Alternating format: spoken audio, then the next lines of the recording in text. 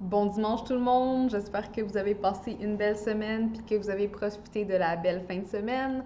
Euh, je suis un petit peu triste de devoir passer l'après-midi à travailler parce que ça me tente vraiment beaucoup d'aller euh, jouer dehors. Mais bon, je suis allée faire une petite marche tantôt avec mon chien puis on est sorti un petit peu donc ça va peut-être compenser.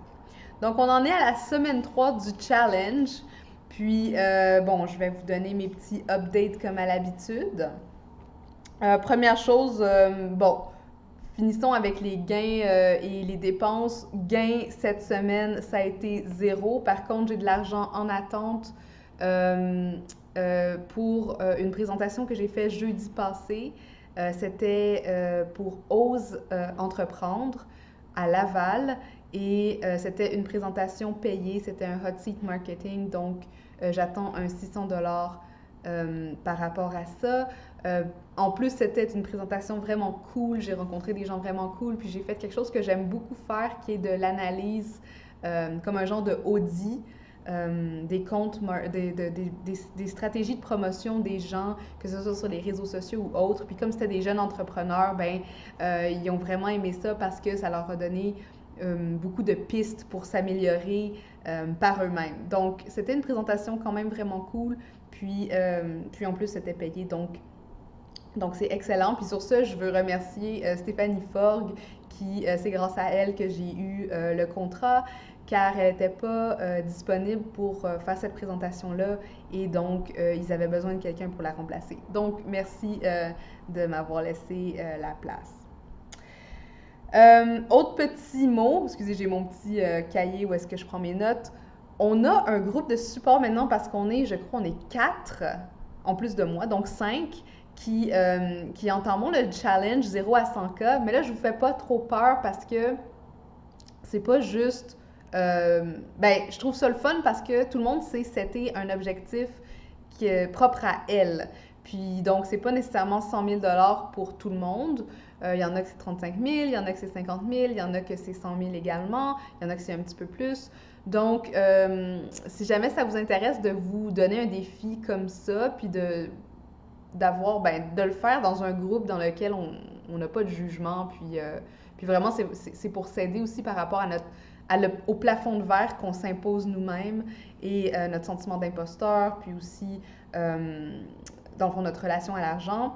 Ben, envoyez-moi un mot, puis je vais vous ajouter au groupe de support. Puis bon, on fait un petit peu la même chose, là. Tout le monde fait une petite vidéo hebdomadaire pour nous dire où est-ce qu'elles en sont, autant du côté mindset que du côté gain et stratégie. Bon, comme j'ai dit la semaine passée, mon prochain objectif, c'est vraiment cibler le mieux possible mon public et les besoins qu'elles ont. Donc, je vais céduler quelques entrevues avec des gens que je sais suivent Aime ta marque assidûment, ont déjà acheté des produits d'Aime ta marque.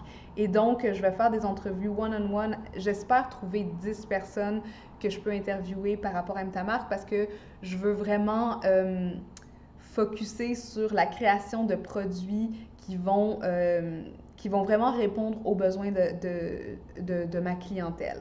Donc là, je vais être vraiment dans les tranchées pour vraiment essayer de découvrir un petit peu plus sur mon public, qui est l'étape absolument essentielle pour faire un produit adapté. J'ai aussi eu une séance de coaching avec mon amie Rim, qui est aussi connue sous le nom La fille du web. Et bon, on met en place en ce moment des tunnels, ben, des entonnoirs de vente, des séquences dans le fond pour des produits passifs. J'ai quelques produits qui vont sortir et et donc, parce que l'objectif de ma monétisation, c'est vraiment d'automatiser le plus possible, étant donné que je travaille à temps plein. Donc là, je vais automatiser toute la séquence autour de la formation Bloguer plus, Bloguer mieux que j'ai en vente à 150 dollars. J'ai un autre webinaire à 50 dollars que j'avais donné gratuitement, mais qui est quand même, qui est maintenant en vente sur ma plateforme. Donc là, je suis en train vraiment d'automatiser tout ce qu'il y a autour de ça et à réfléchir aux prochains produits. L'autre projet sur lequel je suis en train de travailler, c'est LinkedIn comme une pro, qui est un événement / photoshoot qui aura lieu le 19 mai à Montréal. Donc, je vous invite cordialement à cet événement-là. On prend seulement un petit groupe de personnes.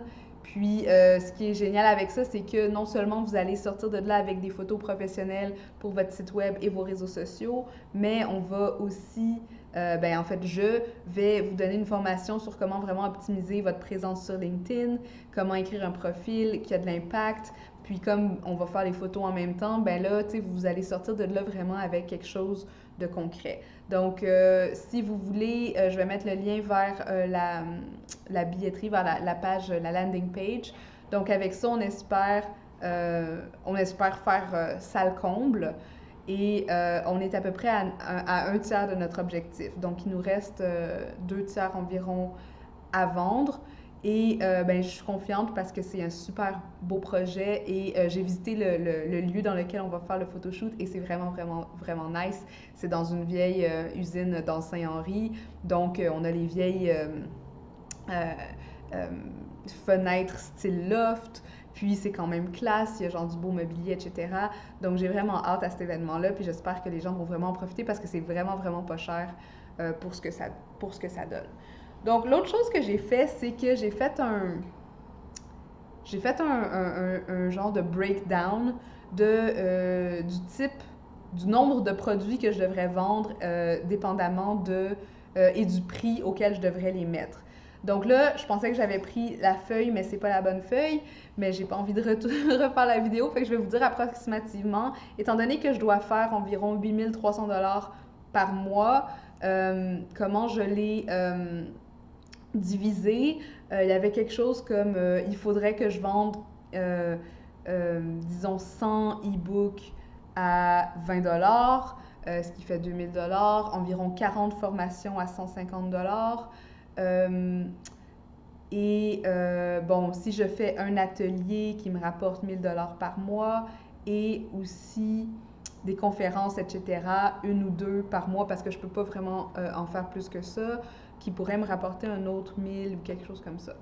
Donc, voilà où j'en suis. Il faut Et puis, l'idée de faire ça aussi, de faire le breakdown, de faire la division, c'est intéressant pour moi parce que ça rend les choses beaucoup plus réalistes et ça les rend un petit peu moins abstraites. Oui, ça rend les choses plus réalistes et donc moins abstraites, mais ça les rend aussi moins épeurantes, je trouve.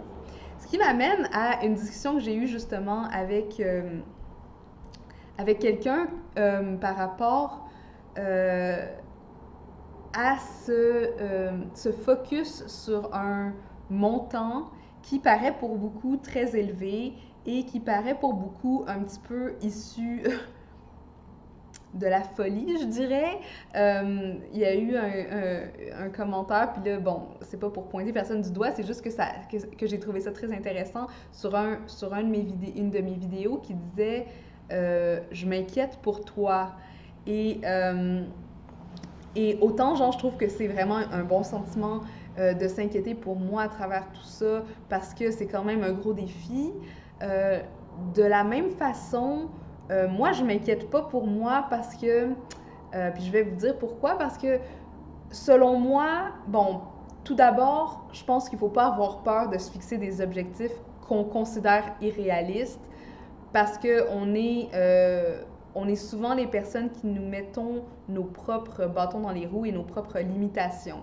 Donc, si j'avais dit, ah, c'est impossible que je fasse 100 000, eh bien, je ne vais jamais arriver à 100 000. Tu sais, ça ne va pas me tomber sur la tête comme ça par surprise, tu sais. Deuxièmement, je pense que 100 000, c'est un gros objectif, mais il faut aussi se dire que j'ai encore un emploi et je vais sûrement en avoir un, même si ce challenge ne réussit pas. Et le pire qui peut arriver, dans le fond, c'est ça, c'est que je ne réussisse pas mon challenge et bon, que là, j'ai des décisions à prendre, tu sais. Mais je vois pas ça comme quelque chose de négatif. Au contraire, je vois ça comme justement avancer puis aller chercher le maximum que je peux de mes ressources selon mon mode de vie. L'autre chose aussi, c'est que non, je ne vais pas me rendre malade pour faire l'extra 100 000 $. J'ai pas des enfants à charge, je suis pas en train genre de comme comme je l'ai dit, j'ai une job déjà. Donc, bon, c'est sûr que je vais mettre toute l'énergie que je peux là-dedans parce que c'est mon rêve de partir à mon compte et de faire de M ta marque quelque chose d'indépendant. Mais bon, je ne vais pas me rendre malade pour ça parce que ma santé est quand même plus importante que n'importe quel argent que je pourrais faire parce que sans la santé, ben, tu peux avoir tout l'argent que tu veux, tu ne vas pas aller très très loin. Donc de ce côté-là, il n'y a pas vraiment à s'inquiéter. Puis j'ai trouvé ça aussi j'ai trouvé ça aussi intéressant parce que ça a amené à une discussion avec mon ami justement euh, sur, euh, sur l'idée qu'on se fait, puis on entend souvent ça, que chacun définit son succès. Et je trouve que c'est absolument vrai. Et je pense qu'il y a parfois peut-être des gens, puis vous me direz ce que vous pensez, qui préfèrent ne pas... Puis on avait eu une semaine sur la compétition dans le groupe Vive ses ambitions féminins, puis j'ai j'ai envoyé un petit peu la pique, puis il n'y avait pas beaucoup de monde qui avait participé, puis j'ai trouvé ça intéressant parce que, euh, selon moi, je crois qu'ici au Québec, et je sais, ou peut-être nous les femmes, on a peur du terme compétition. Puis souvent on dit ah, je vais compétitionner envers moi-même, tout ça, mais il y a cette espèce de peur de l'échec, autant si on se donne un défi à soi-même que si on se donne un défi public. Et, euh, et cette peur nous bloque et parfois nous empêche d'aller chercher au fond de nous-mêmes l'excellence ou l'excellence de performance. Donc, une question à se poser, est-ce que oui, vous définissez votre succès, mais est-ce que vous définissez pas un succès selon votre image, votre perception limitée que vous avez de vous-même? Donc, est-ce que vraiment vous vous permettez de rêver, puis d'avoir des vraies grandes ambitions malgré le danger qu'elles soient irréalisables? Voilà, je vous laisse sur cette question-là. Euh, puis bon, je pense que ça va conclure mon vidéo, mon petit recap d'aujourd'hui. J'aimerais bien savoir si vous en êtes quelque part aussi, si vous voulez rejoindre le challenge. C'est pas obligé d'être un challenge monétaire, ça peut être aussi négocier votre salaire ou trouver un poste plus élevé ou etc. Donc, hashtag 0 à 100K. Vous pouvez toujours me suivre sur Instagram, sur ma chaîne YouTube et rejoindre notre groupe sur Facebook également. Donc sur ça, je vais vous souhaiter une super belle semaine. La prochaine semaine, ça va être vraiment axé promotion LinkedIn comme une pro. Si vous avez plus besoin d'infos sur LinkedIn comme une pro, n'hésitez pas. Ça va vraiment être un bel événement. Et je vais aussi lancer une semaine thématique sur Vivre ses ambitions féminins, sur les bonnes pratiques par rapport à certains médias sociaux. Donc, je pense que ça va être un mois thématique bonne pratique. Lundi, c'est ma dernière séance pour mon coaching que je fais le soir de 7 à 10. Donc ça va être cool. Et d'un point de vue juste perso, je suis encore en train de faire mes petits cours de peinture. Puis là, on doit commencer à faire une toile. Donc voilà. La semaine prochaine, je pense que je vais vous parler aussi des motivations que j'ai. Je voulais vous en parler, mais là, la vidéo commence à être longue. Des motivations qui font que j'ai choisi le 100 000, puis aussi qu'est-ce que je veux faire avec cet argent-là si jamais je la fais. Voilà, donc je vous souhaite une super belle fin de journée et on se reparle bientôt. Bye!